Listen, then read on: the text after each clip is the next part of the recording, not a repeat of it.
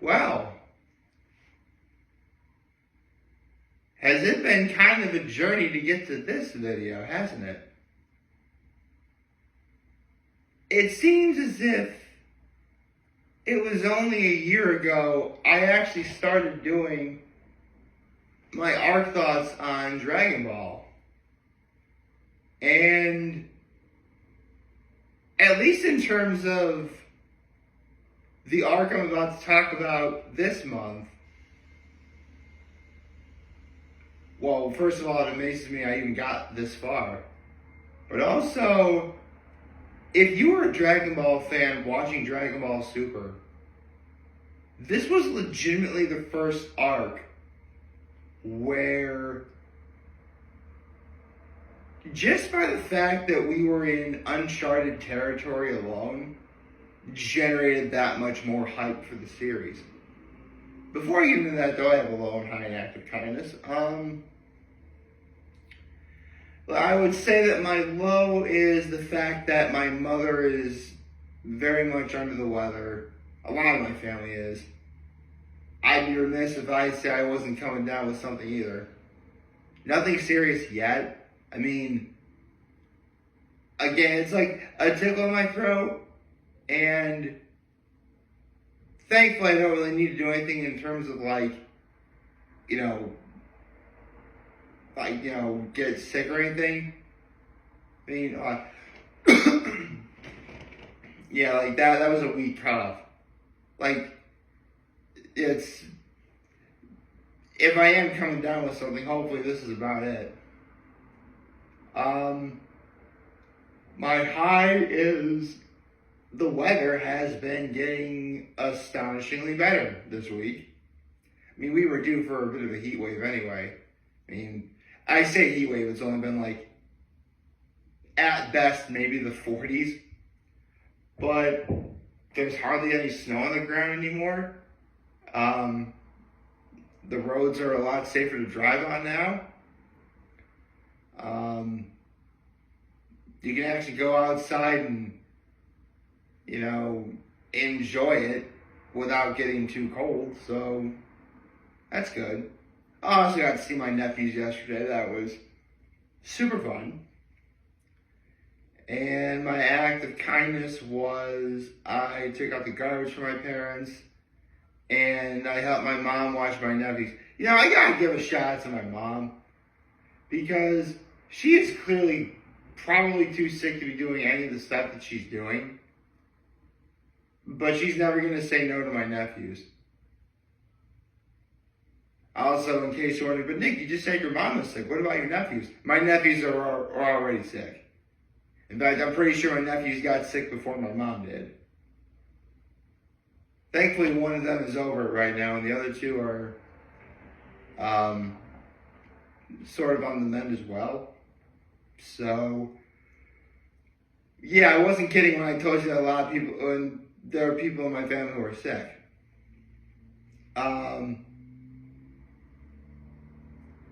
And I also helped my dad empty and fill the dishwasher last night. So, yeah, I did a whole bunch of stuff. Now, with that said, let's go back and talking about the Goku Black Saga in Dragon Ball. Yeah, I know it's Dragon Ball Super, but Dragon Ball is still the overarching story, so Dragon Ball it is. Now, to this day, I'll never forget when the promotional material and artwork for the next Saga had been released. Because for the first time in, gosh, I couldn't tell you how many years, we were getting Future Trunks back. Future Trunks will always be a fan favorite. I like Future Trunks too. I mean, someone years ago once said that, for all intents and purposes, Future Trunks really does mess a lot of things up. And I'm not just talking about because of the whole time travel thing. But I like him. He has a cool design. His backstory was always engaging. And the fact that he comes out of nowhere to kill Frieza. That was really cool.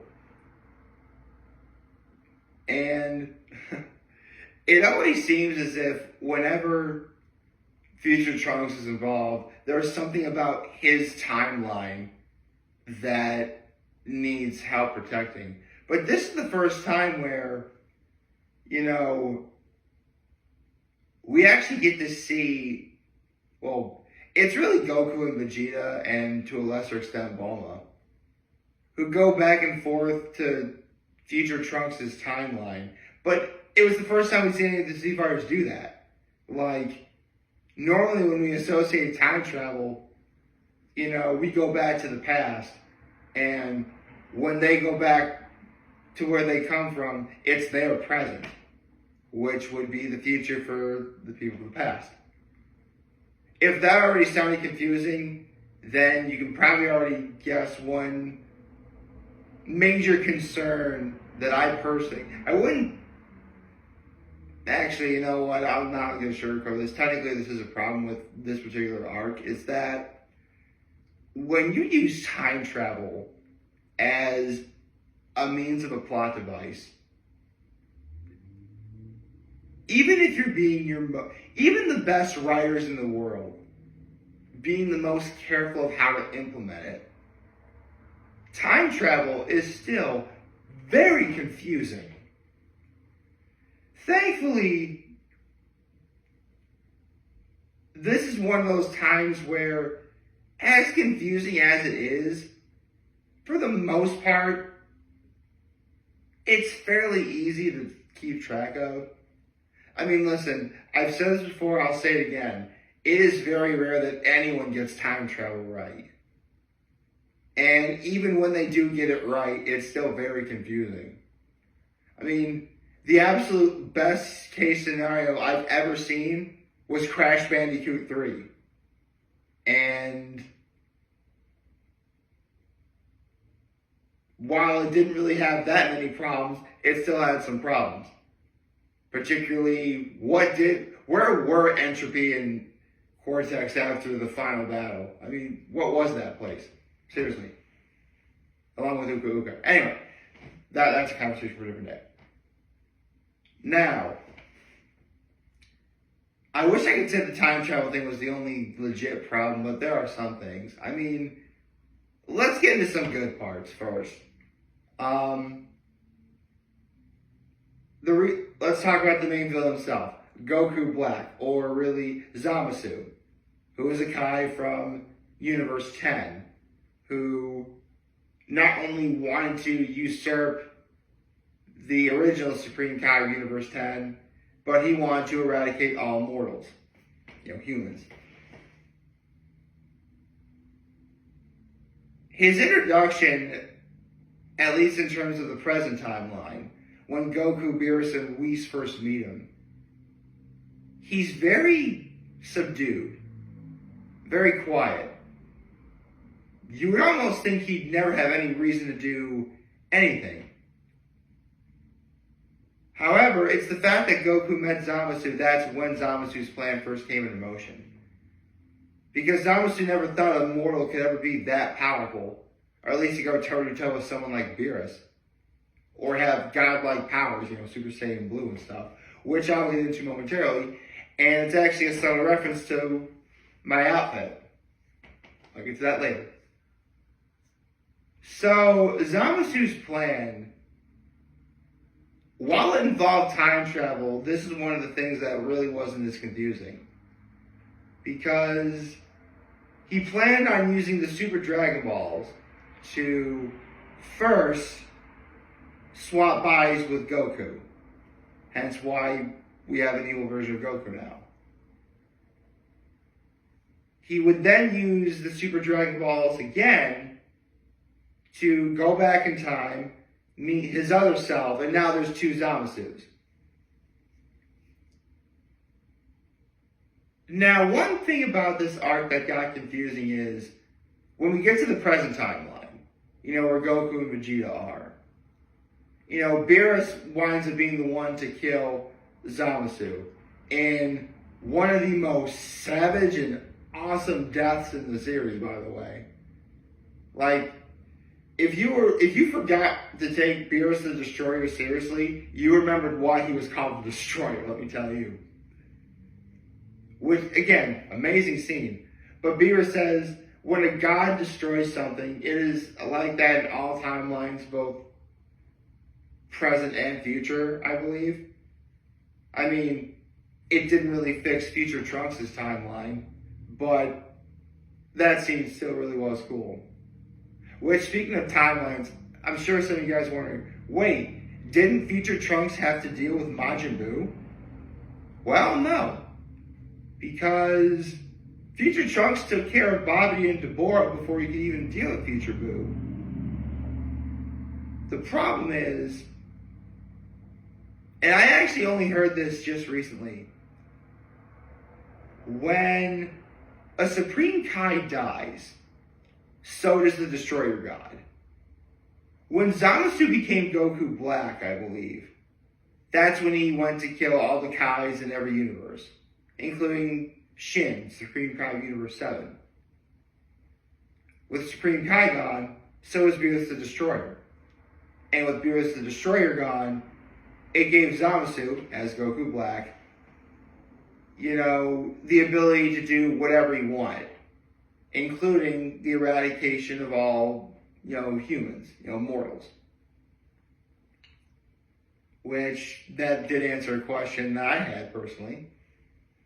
But let's get into, the climax, because, and this is something that Chapter Moscow X, really brushed up upon in terms of his overall opinion, and probably the opinion of a lot of Dragon Ball fans. But the climax up to the very end was nothing short of phenomenal. Remember, all Supreme Kais have Patara earrings.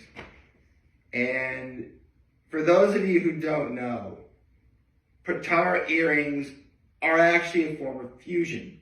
What happens is one person puts the right earring in their right ear, and the other person puts the left earring in their left ear, and that's fusion. Goku Black and Zamasu do this, and they become an all-powerful Supreme Being. And while at first it looks great, his body becomes deformed and half green. Remember, Zamasu has green skin, but half purple and melted and mutated because Goku Black's mortal body is messing up the alignment of, Zamasu's regular god body. However, he is still incredibly very powerful. So what's the plan? Goku and Vegeta using Patara earrings, of course. That's right, baby. We got Vegito back. And my favorite seriously, of all the things from the Goku Black saga I rewatch over and over again, it's Vegito versus Zamasu. I love watching that scene. And my favorite line, the stuff before the fight starts is, you guys fused, so we decided to do the same thing. We're a combination of Vegeta and Kakarot. Vegeta!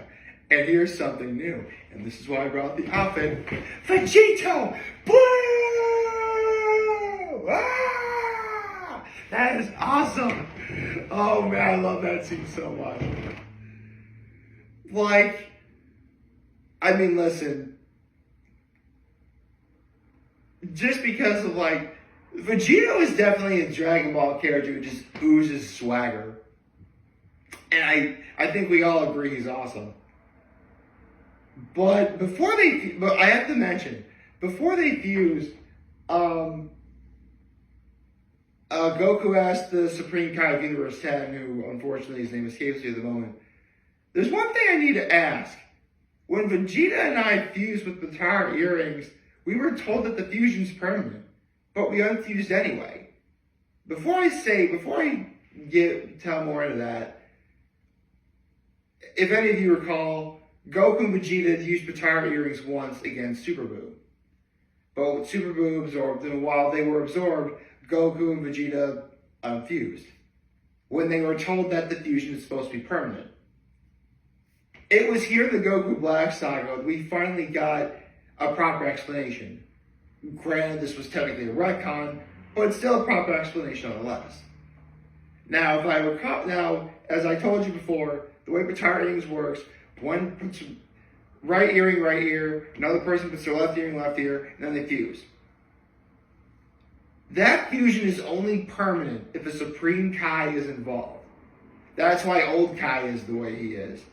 Or that's why, Zamasu and Goku Black fusion, that's going to last forever. If a Supreme Kai is involved with Potara fusion, it is permanent.